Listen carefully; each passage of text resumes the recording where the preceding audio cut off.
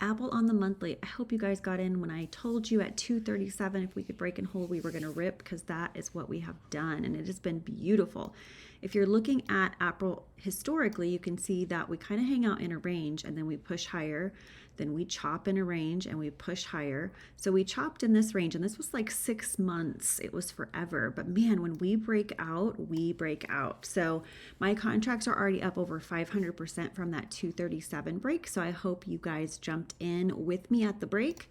Looking over at the weekly, we are just pushing beautifully. Again, you can clearly see that 137 break and then pushing higher. We have tested this weekly trend line very nicely, and we've pushed off of it and held for a clean push higher every single time. So I'm going to be watching this week to see if we pull back and test that 250 area. That's going to be about that trend line, and if we can test it, we could potentially push higher. Now in post market, we already are holding higher than where we closed. We're about 255.60.